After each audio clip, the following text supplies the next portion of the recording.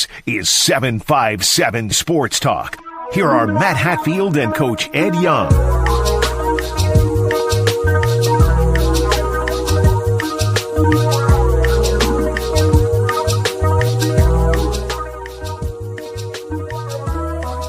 And welcome back to the program here on 757 Saturday Sports Talk on CoVA Sports TV. Just heard from the head football coach at Kansas State. We had on Milan Brent earlier on the program, and we're now joined by a special guest. Eddie helped St. Francis reach the NCAA Tournament this year, part of their first four experience, and retiring as coach. We understand we say hello and good morning to on this Final Four Saturday. Rob Krimmel with us here on the program. Coach, thank you so much for making some time for us knuckleheads this morning. How's life treating you?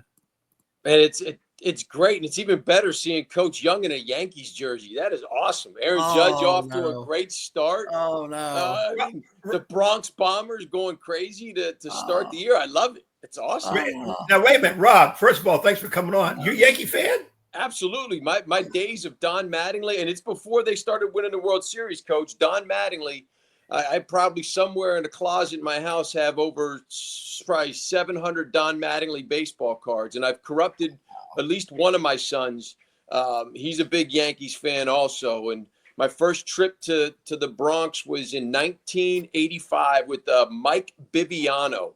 The Biviano family was my little league baseball coach, and they were huge Yankee fans. And if I would have known, I would have put my Yankee shirt on. I've known you a long time, Coach Young, and we have another mutual like basketball. Now the Yankees. I can't believe I didn't know that you're a Yankee fan. Hoodwinked. Yeah, see, this joker over here, you can see he's got his minor league D-back. No. Don't do that. Asking in the glory that they beat us twice, and I got to owe him big steak dinner now. You got to buy me a steak. Yeah, I got to get him one. But I didn't know you were a Yankee fan. We got history. We got a whole lot of history with Rob. Believe it or not, Matt, I coached against this dude he was a player in high school. Wow. And then when I was at Quinnipiac as assistant, he was at St. Francis assistant. Okay. So it's continued. Our relationship has continued on, and I'm thrilled to have you, Rob. I know some different circumstances to have you on, but dude, I've respected for years and years. I hated coaching against you because this sucker can play, Matt. Hit the three, play the D, smart as hell. And then he was one of those guys, when he would hit a shot, he'd walk by the bench. Now, instead of, this kind of point at you, he'd look at me and go, just something a little snidey. I said, I'm going to get that sucker one of these days somehow, some way. But he was a hell of a player, and he's done a job as a hell of a coach. And I wanted to get you on, Rob, because what has happened at St. Francis. You guys did make the tournament, first time in 39 years. And for people who don't know, you tell us, where is St. Francis University? We'll start with the actual town, and then we'll do the geographical description. Loretto, Pennsylvania. And if you've traveled on 22, it's halfway between State College in Pittsburgh, right past Altoona, between Johnstown and a little bit past Evansburg, PA. So Western PA folk or anybody headed west would have passed the Loretto exit. And if you had blinked or taken a quick cat nap, you would have missed both or maybe three opportunities to get off into the beautiful part of the country that is Loretto, PA. But my first trek up there, growing up in State College, and thinking that the college experience was supposed to be about 100,000 people in a football stadium and a college town, I ended up choosing one of the smallest schools in the country and anything but a college town. But it's been a great journey up in Loretto, and certainly thankful for the great people that make up St. Francis that invited me there and allowed me to grow up as a student athlete, as a young professional, a father, husband, and as a head coach. I want to jump here for a second before Ed goes on with you about what's taking place there, and we'll talk about the Final Four with you as well. Home Maurice Stokes as Gene Jones chimes in. Your game in the first four, Coach, after winning the NEC with Alabama State, I know you fell short in that game 70-68, though. It was one of the best games of this tournament. I know there's been a lot of talk about the chalk and not many Cinderellas and all the ones getting here, but that to me was one of the 5-10 best games. I know you came out in the losing end, but you had to be so proud of just the way your guys competed down the stretch in the season. And in that game, even after losing the lead, had a chance to win it late. Yeah, we played well, and give Alabama State credit, but we couldn't take care of the basketball. They got 22 more shots than we did. They out-rebounded us, and in spite of all that, we had the ball with 10 seconds left and a chance to win it. And I like those chances. In a game late in the year like that, most games are going to be pretty close. They're going to be tight, and it's 1 or 2 possessions. And we had a chance, and even had a chance to, to keep it tied and head to overtime. And a great play by Alabama State and their kids to execute a play and win the game. But what a way to start March Madness! A game that went down to the wire and more or less a buzzer beater to win the game. So, yeah, came up on a short end, and but for our guys to experience that, and I think the people there that were maybe waiting for this North Carolina San Diego State game got a pretty good appetizer, if you will, and a great start to March Madness. They sure did, Ed. That was a heck of a game. Heck of a game. Well, yeah, and your kids, you guys did nothing to make a shame of what you did or why you were there. It was a tremendous game, and credits to Alabama State making that last play that, they had to get it, and boom, They did a Hail Mary, and Washington, Chicago Bear football game, flashback, except a touchdown, they were able to get a bucket. Or Leitner Hill, yeah. Yeah, it was tough, but and knowing you, it was no surprise to me, and for the people that don't know, I said earlier, Rob played at State College, Penn State, where Penn State University is located. He played at State College High School. If I'm not mistaken, Mike Fergus was your head coach? Correct. Yep. That's right. Matt, for comparison's sake, think of Dwight Robinson, Lansdowne. Okay. Mike Fergus, State College. Same type of mentality. Coach, tough nose guy, knew his stuff, hard to go against. And Rob is one of those self-made players. We just had Milan Brown, the assistant coach at University of Pittsburgh, who's played at Kicktan High School. Rob, same type of player. You guys in high school coached against both of you, and you guys. Except Rob, he didn't cut you from bench you from 5-star like you did Milan, so that didn't happen. Well, yeah, I played Milan in the first and third quarters instead of the second and fourth, and his dad was not too happy about that because at 5-star, second and fourth got all the glory. Yeah, but yeah, absolutely. He went on to play college ball, and then he's done a tremendous job since college coach, similar to what you've done too. But and then Rob went on to, as I said, at St. Francis as assistant, and then of course we got the head coaching job. Now the offshoot of all that, and one of the main reasons I wanted to get you on, not just to honor what you have done, a few weeks after that situation, while you're out recruiting and trying to keep your players, a bomb was dropped. And St. Francis administration decided to go all Division III in athletics the year after next. And from what I understand, and you're going to fill this in because I hate to talk about stuff I don't know what I'm doing, nobody really knew about it in terms of the coaches. And you were not privy to it at first. No, what do you think? Let's take 5-year draw. But it was, hey, after next year we're going D3.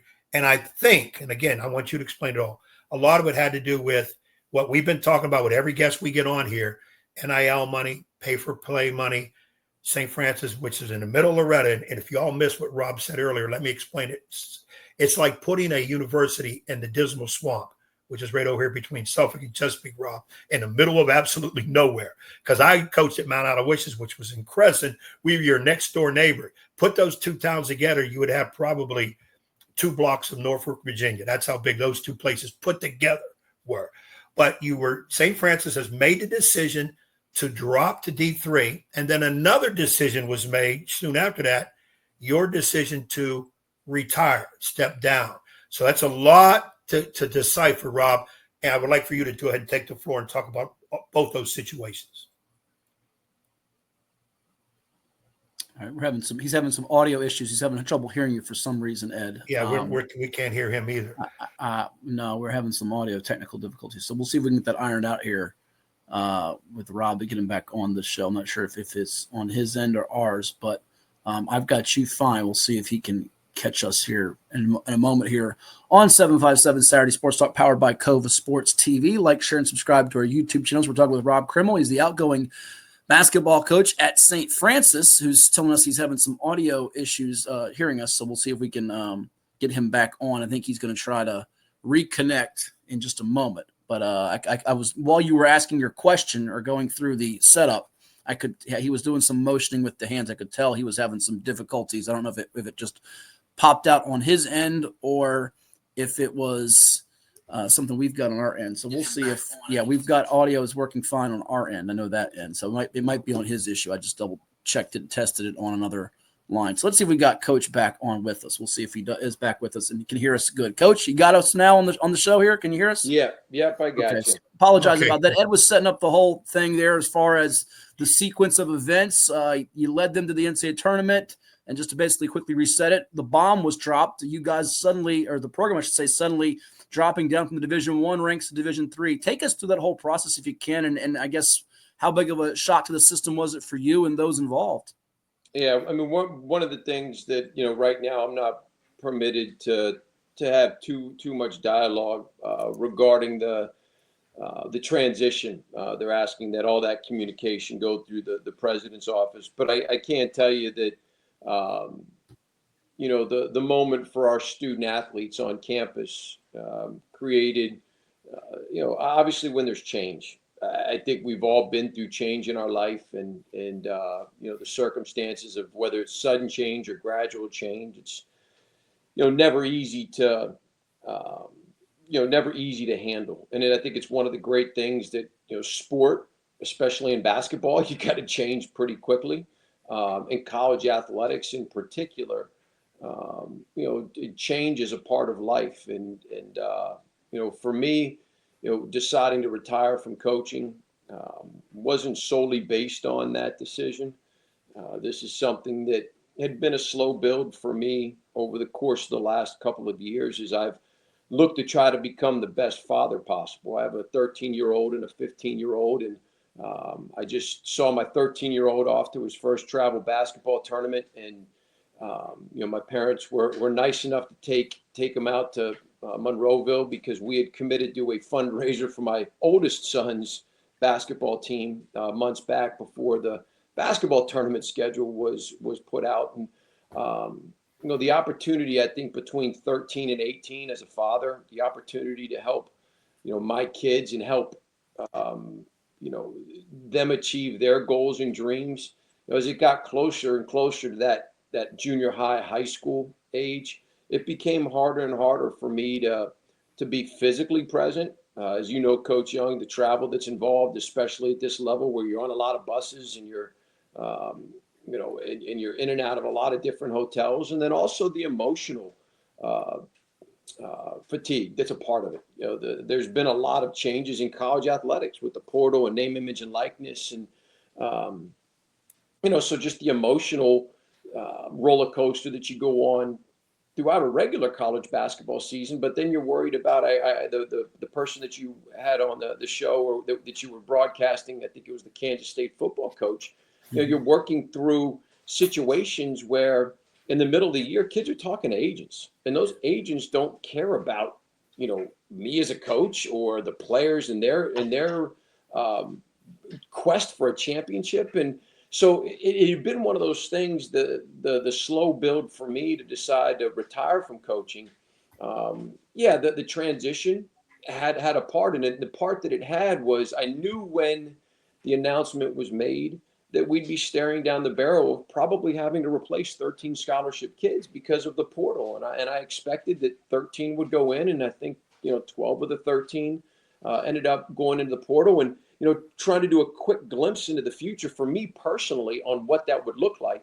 And knowing that I have 2 kids in track, 2 different teams, 2 kids playing travel basketball, 2 different teams. And because of what I had mentioned previously about the slow build of, wanting to be more present for my kids, I've told every recruit coach that walked into my office, every recruit and every parent, that there would be 2 things that would get me out of that chair if they fired me. And the easy response to that one was, if I get you as a player, I don't have to worry about that, because if we have good people and good players, we're going to win games. And the second thing was if my family took a backseat to my job. And, ultimately the priority as a father and the slow build really to get me to that point led me to make that decision to take a step away and, and allow someone else to transition St. Francis into a new era and into a new era for 1 year of Division I and then into the Division III world, because it was time for me to be a dad. and in that transition, I think in many ways for people not knowing college athletics, they might think it's easy to go from, Division I or Division III but any transition, whether you're going from Division II to Division I or Division I to Division III, there's going to be a time frame that it's going to take just to get used to the new level of basketball or the new style of recruiting or whatever it is. And so I had to do another quick glimpse 3 or 4 years down the road and say, I gotta be a dad. I gotta be present as a father. And the timing wasn't great, but I had been open about my my plans and my purpose. With if my family did take a backseat to my job, I was gonna pass the keys to someone else, and very fortunate to pass it to someone like Luke McConnell, whose father was my college coach, and my second son is named in part after him. And to see him grow up and be a GA to a operations to assistant to associate, and now the head coach at St. Francis. The program is in great hands. He's the person that can pour his heart into the players and the alumni and the fans to put the best possible product out there. And then he's the person to transition it into the next wave and the next part of St. Francis basketball history. And there's such a tradition there that I know you're familiar with, Coach, and the great players that that wore the uniform all the way back to Maurice Stokes, and then Porter and Van Leer, the golden era of St. Francis basketball, and then the '91 team with Mike Isolino and Altoona native Joe Anderson and head coach Jim Barron, and they set the standard for modern success by going to the NCAA tournament. And one of the cool things that we did when we designed our championship rings, on the inside, we put 1991 and 2025 as a way to remember that 91 team and thank them for setting the standard. It just took us 34 years to get back to that moment. And, certainly bittersweet because we're coming off the emotion of a championship and the NCAA tournament and, the emotion and the excitement, as I've said in the last couple of text messages and communications. It's been a roller coaster.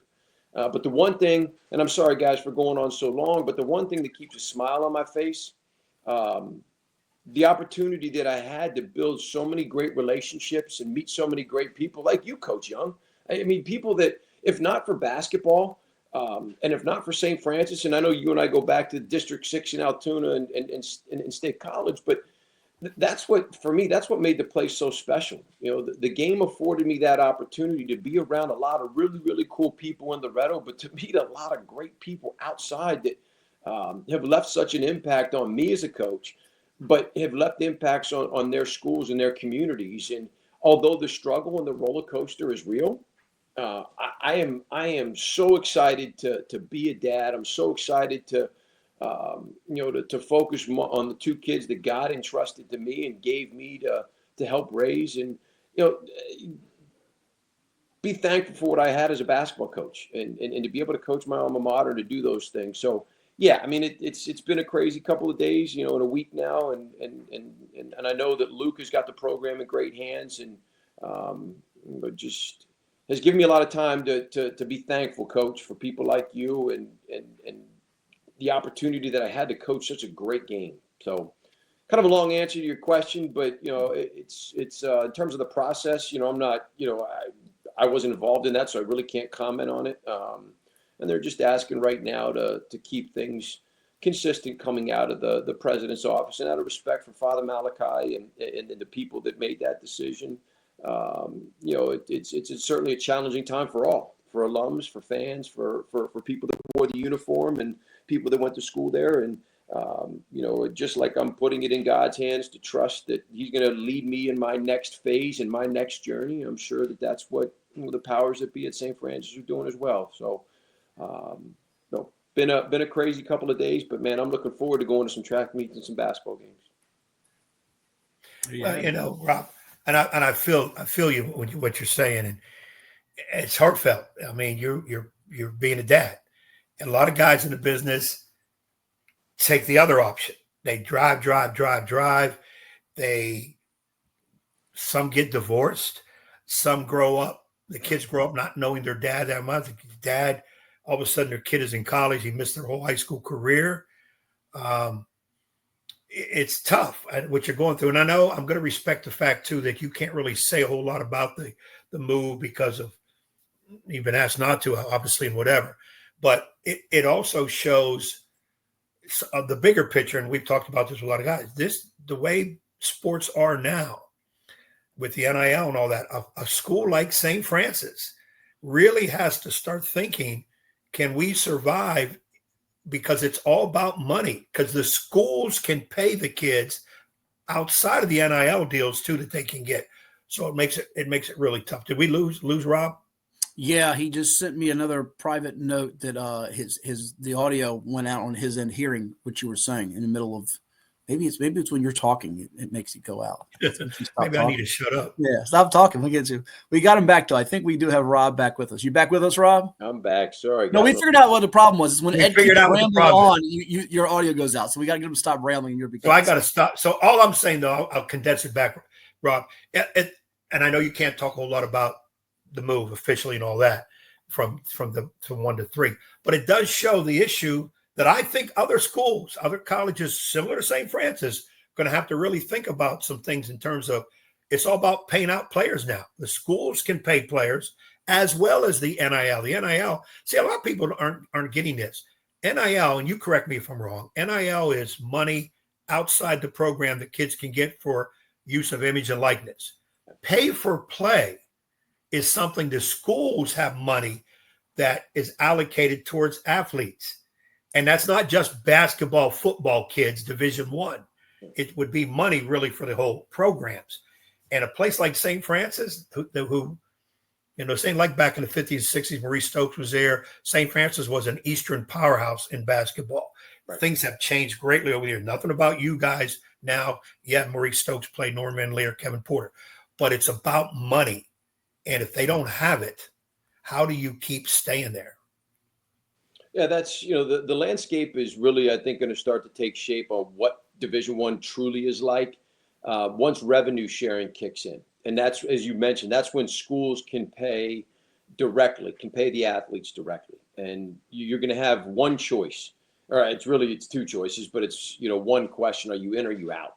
Are you going to opt in? If you opt in, there's a certain set of rules. If you don't opt in, there's a different set of rules. And so it's going to create, I think, a natural break. But as you know, Coach, I think that's been around as, not since the 50s when there was a lot more, St. Francis and maybe, Duquesne or Villanova, there was a little bit more of an even playing field. But, really since the mid to late 90s into the 2000s, the separation between the Power Five or then now the Power Four and schools at the low and mid-major level, there was a distinct separation. My brother played at Penn State, and they did a lot of different things than I did at St. Francis in their travel and what they ate, what they had access to. And so there's always been a separation. The new separation will be that money that's available to institutions to pay their players directly. And then on top of that, you have the name, image, and likeness. And so there's going to be different streams of revenue for these kids. And it's just amazing how quickly we're talking about change, how quickly all of this stuff came about. I mean,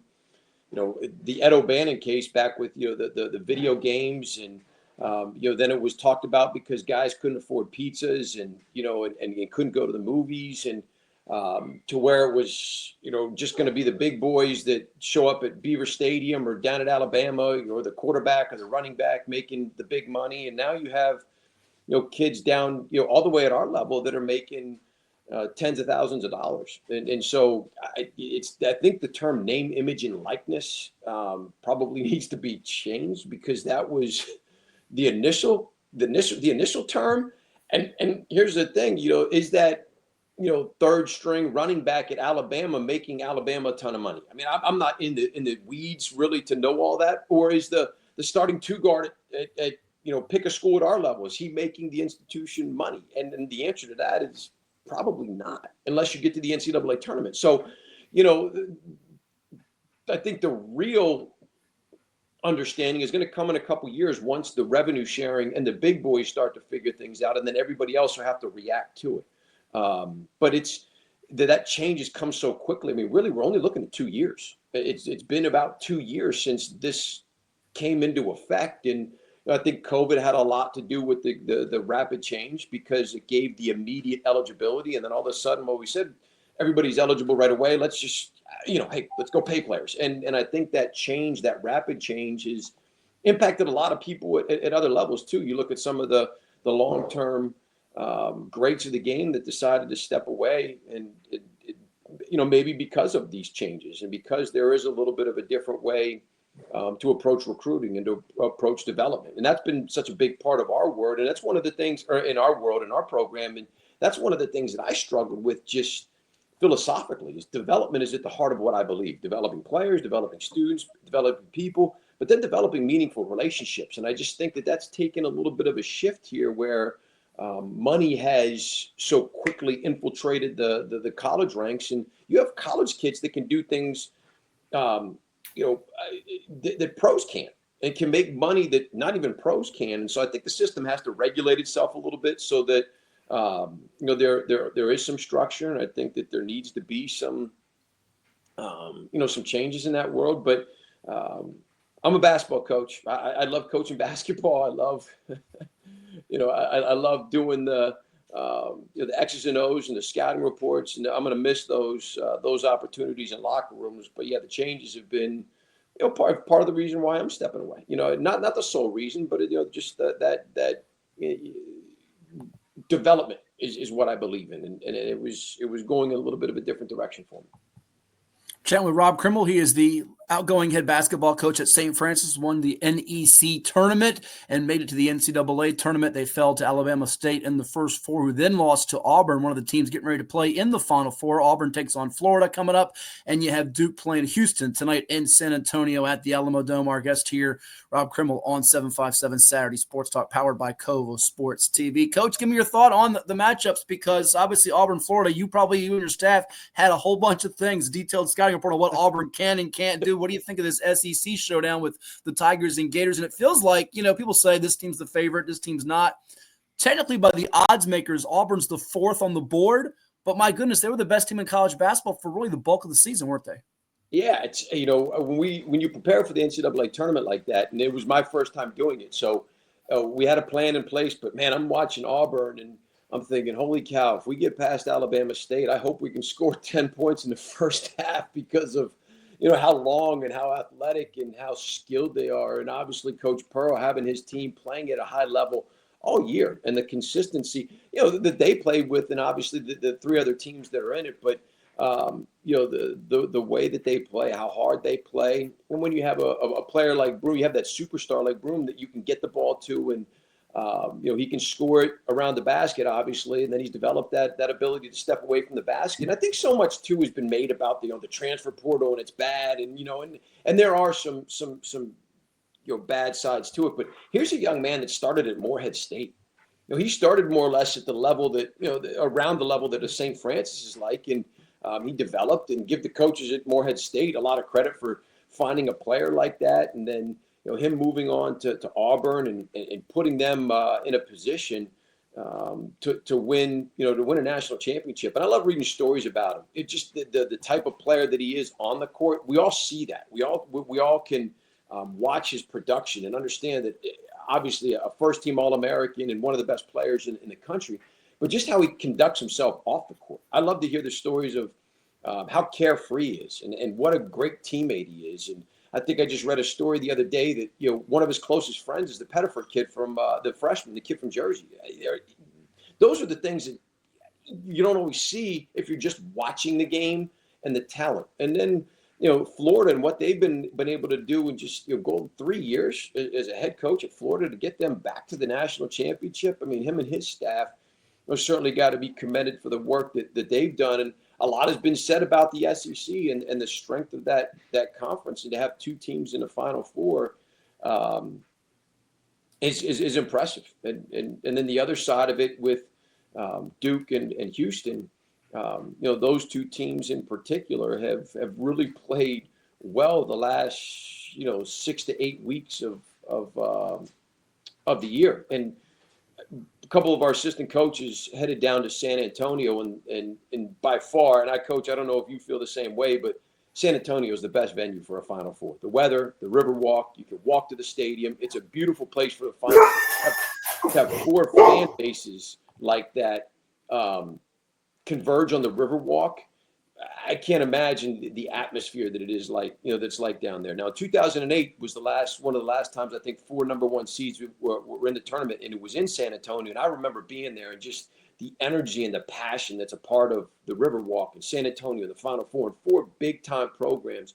It's going to be an exciting couple of days down there. And, Duke, I think if you're asking me, who the matchups, I mean, it's, I really like Duke and the way that they're playing right now, and both sides of the basketball. I mean, they're so long and they're so athletic defensively that they create havoc, and they have kids that can switch and play multiple positions. And then a lot like Auburn, when you have a go-to guy like Cooper Flagg to be able to score the ball and get others involved, it's it's going to be an exciting couple of games. And my uncle went to Duke. I went to Duke's basketball camp when I was in 9th grade. I've always been a big fan of Coach Krzyzewski and his teams. So I'd be betting against my family. My uncle was a tight end back in the late 60s. I'd be betting against my family if I said anybody but Duke. And I know my cousins, would find out if I said anything but that. But I do like the way they're playing. And, Houston, the way that, Coach Sampson has his kids year in and year out playing defensively the way that they play and being in a position to make Final Fours, and the run that he's had there. A lot of really, really good stories and a lot of really, really good basketball. Yeah, I think you can go pretty much any one of the 4 ways. Last one for me, I'll let Ed finish up with you here, Coach. As you look at this tournament in general and where the sport is headed, people have talked about not having enough Cinderellas and things like that. I feel like it's more of a blip. I do think there's going to be some instances where we do have this happen because a lot of the heavyweights have more of the talent that have come forward. But I think it's more of a case of these have been really the 4 strongest, most consistent teams all year. And we should also at that time celebrate their greatness. For these 4 teams in Houston, Florida, Auburn, and Duke, they got 1 seeds for a reason. And it's not like they were just given an easy path there. There was some struggle for some teams to get here. What's your feeling of it, big picture, beyond this tournament? Will this have an effect? Will we see this every year? Will we see some more teams like the VCUs, the George Masons, make this Cinderella run to a Final Four? Yeah, I think it'll go back. That's a great question, Matt, because I think it's going to go back to the whole revenue sharing thing. Because some of these bigger schools that also have football involved with them, again, you're going to have to share that revenue. It's not just all for basketball, and it's not just all for football. You have other sports in there. Penn State's got their wrestling program is fantastic, and then obviously the UConn and South Carolina are in the national championship for the women's side. So there's a lot of really good sports. Not just basketball, not just football. Male and female that dominate different campuses. So I think as this revenue sharing comes out, and you're going to see what schools are going to allocate the most money to basketball, what schools are going to allocate the most money to football. Are they going to be able to share it? And so those schools that maybe don't have, the big time football, can they work their way in? And you mentioned VCU, can a VCU or a school in the Atlantic 10, can they work their way into a situation where right now money talks, and if you have the money and the resources and the infrastructure, you can compete, and you can compete pretty quickly. So I think, I think it is just one of those years where, like 2008, you had 4 number 1 seeds, but no one was, going crazy about, we got 4 number 1 seeds. It's always going to be this way, right? I think it's just because of the change that I mentioned. Everybody's pointing to the portal and name, image, and likeness, and you're right. And I think that's why you see some of these high majors, are a lot older, and the upsets can't happen, because back in the day it was you had an older mid-major team, and maybe you had some young pups at a high major level that were one and done guys, that those older guys had played together for 3 and 4 years, and they could come in and play better than them for 40 minutes and put themselves in a position to win a game, or maybe win 2 or 3 games in a tournament. So I think the big thing is going to be, how is this revenue sharing going to play out, and how are schools going to divvy the money? Because right now, that's what rules the roost, is if you have the money, you can get the players. Good point, Ed. Rob, I know we're taking a lot of your time here, but you made a great point that nobody's really talked about. When revenue sharing kicks in, and they've got big time football programs, those football programs are going to get money. I mean, you're talking about over 100 scholarship kids on scholarship for football. And I did see something to that effect about South Carolina. Don Staley, I think, was talking about something where the AD in talking was saying something about 75% of their monies will go to the football team. And then that other 25% will be spread out among all the other sports. Now, you're talking about one of the best women programs in the country, if not the best. A couple times state defending national title. And they were going to get 5% of the money. Yeah. Men's basketball was going to get like 8% of the money. And then, of course, all the other schools, whatever crumbs left over. And Don Staley says, whoa, hold on. I understand. But I have a pretty good program. We've worked for this. 5% ain't going to kick it. Now, she didn't say we're better than the men or whatever, but she was making a point. Yes. Basically, 75% going to football. Oh, you're going to see some stuff happen. It's a fair point. Yeah.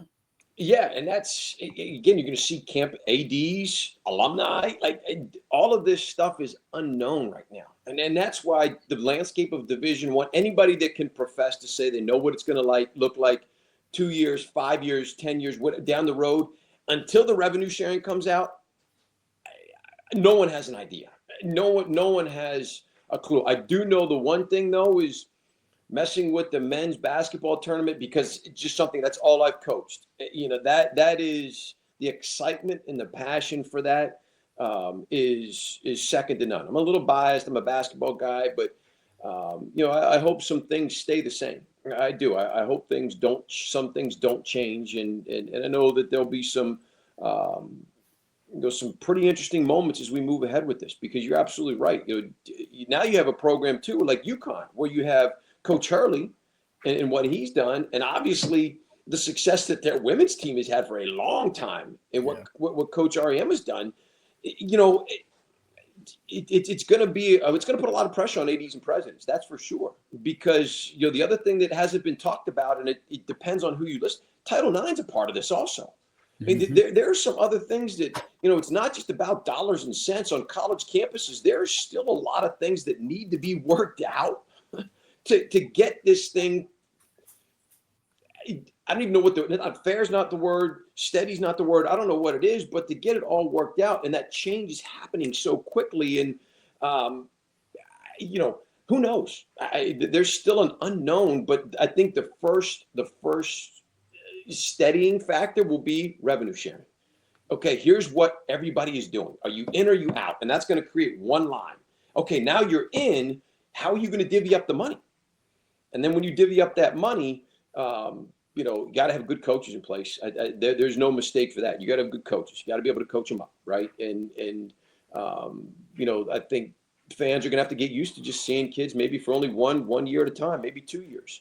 I have a ton of respect. I saw the interview, and I'm kind of going off on a tangent. I know you guys have a time, so just cut me off if you need to. But I saw an interview this morning where the young man, and I'm drawing a blank, from Auburn, that had been there 5 years and had been with Coach Pearl for 5 years. I have a team, might be my new favorite player in college basketball, because he stayed 5 years at one institution, and how he talked about Coach Pearl and just the type of person he was. That's development. Development and relationships are not short-term concepts. They're long-term. The more you're with somebody, that relationship is stronger and stronger and stronger, or has the opportunity to be stronger. And for someone to stay at an institution for 5 years, I give him a ton of credit, because I promise you the bond that he has with Coach Pearl and the bond he has with his university is as strong as anybody's in the country, because he was there 5 years. There was a bunch of shared experience, and he's developed obviously as a player. He's on a national stage, as a person, as a student. I give him a ton of credit, because he's the exception, not the norm. And I hope we see more of that here in the future. I really do. Oh, some really good perspective and insight from Rob Krimmel. He's the outgoing head basketball coach at St. Francis, led them to an NEC championship and a trip to the NCAA Tournament, and we thank him so much for coming on the program. All the best to you. I'm sure we'll get you back on here down the road. Enjoy the Final Four this weekend, and I'm sure you and Ed will be yakking now plenty about his Yankees, whether you see my D-backs or not later on in the big fall classic come October. Next time I'm on the show, I'm going to wear my Yankee stuff. I don't care. I don't care if they're 0-162. It doesn't matter. I'm breaking out all my Yankee stuff. I love it, Coach. More respect for you now than I had before the show. We got to have to hook up in Baltimore when the Yankees come into town. They're coming the end of April, but they're going in September. I already got my tickets. but we got to get you back. But the last thing I want to put in here, Matt always tries to make our connection with 757. Rob had the honor, I'll quote honor because was this coaching one of your? I think I know who you're going to say. Is it Daniel Wallace? Was that who it was? He coached one of my kids who was a different character. Yes, a different character. Big D Wall. Daniel Wallace played for Rob, yeah. And I said, Rob, I don't know if he'll drive you crazy. And by the way, let me just say this: when Rob recruited him, Rob had long flowing hair. So you see what Rob has now. I don't know if Daniel played a role in that or not, but I thank you, Rob. I thank you for doing something with Daniel. And I'll be real quick with this one. That's why I coached. That is exactly why I coached. Daniel Wallace came in as a freshman, and now to hear from him as a professional, to see those kids as husbands, fathers, to stay with the program and to be around St. Francis. That texting him around his birthday and hearing from him and how he's doing and his family.